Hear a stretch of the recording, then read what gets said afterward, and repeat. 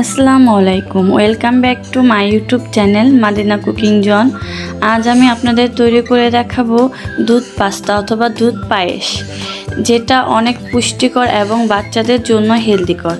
সকালে এবং বিকালে নাস্তার জন্য এই দুধ পাস্তা অথবা দুধ পায়েসটা আপনারা তৈরি করতে পারেন।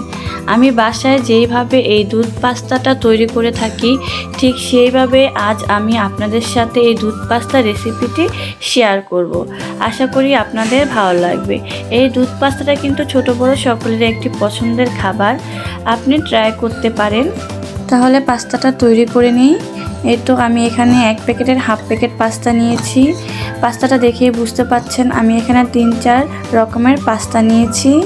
এখন পাস্তাটা আমি 80% পর্যন্ত সিদ্ধ করে নেব। এখন একটা প্যান বসিয়ে পরিমাণ মতো পানি দিয়ে পানিটা আমি ভালো করে ফুটিয়ে নেব।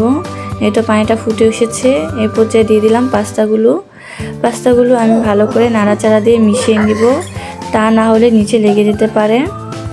এটা মেশানো শেষ, এখন অপেক্ষা করব পাস্তাটা সিদ্ধ হওয়ার।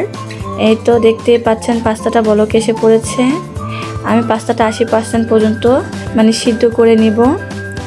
পাস্তাটা আমার সিদ্ধ হয়ে গেল। এখন এমন একটা স্ট্যান্ড দিয়ে স্ট্যান্ডের মধ্যে পাস্তাগুলো ছেঁকে নেব।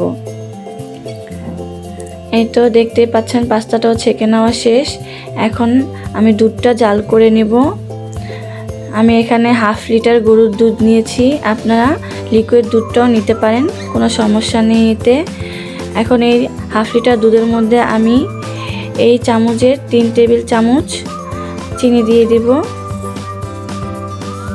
চিনিটা দিয়ে আমি দুধটাকে ভালো করে জাল করে নেব। এই পর্যায়ে আমি এই দুধটা একটা প্যানের মধ্যে ঢেলে নিলাম। প্যানের মধ্যে ঢেলে নিলে দুধটা নিচে দিয়ে লাগবে না, জাল করতে সুবিধা হবে।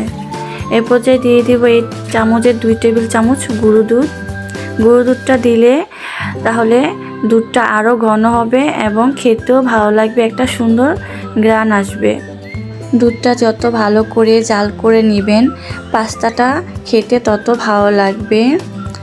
এই পর্যায়ে আমি দিয়ে দিব দুধের মধ্যে 1 চিমটি লবণটা দিলে পাস্তার স্বাদটা এবং দুধের যে মিষ্টিটা আছে মিষ্টিটা আরও বেড়ে যাবে, খেতে ভালো লাগবে।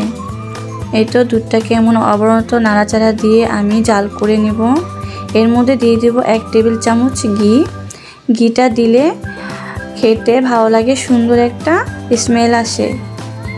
ঘিটা দিয়ে আমি দুধটাকে আবারও ভালো করে নাড়াচাড়া করে মিশিয়ে নিব, দুধের সঙ্গে যাতে ঘিটা মিশে যায় এরকমভাবে নাড়াচাড়া দিয়ে আমি দুধটা জাল করে নিব।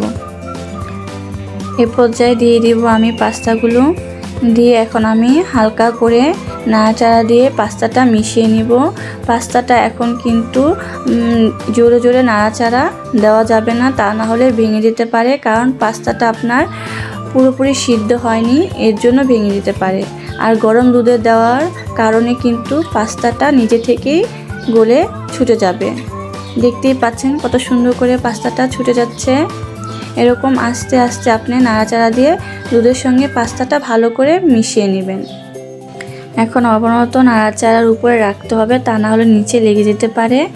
পাস্তাটা এখন দুধের সঙ্গে ভালো করে জাল করে নেবেন।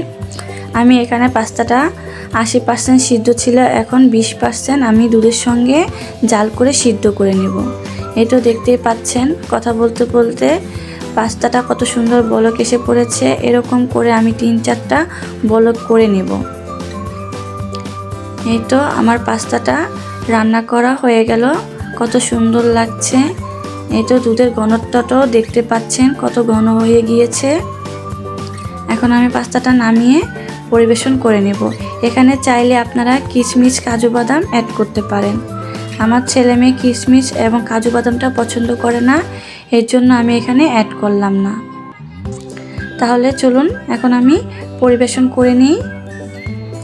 এই তো এখন গরম গরম আমি পরিবেশন করে আপনাদের দেখিয়ে দিচ্ছি কত সুন্দর হয়েছে এই পাস্তাটা।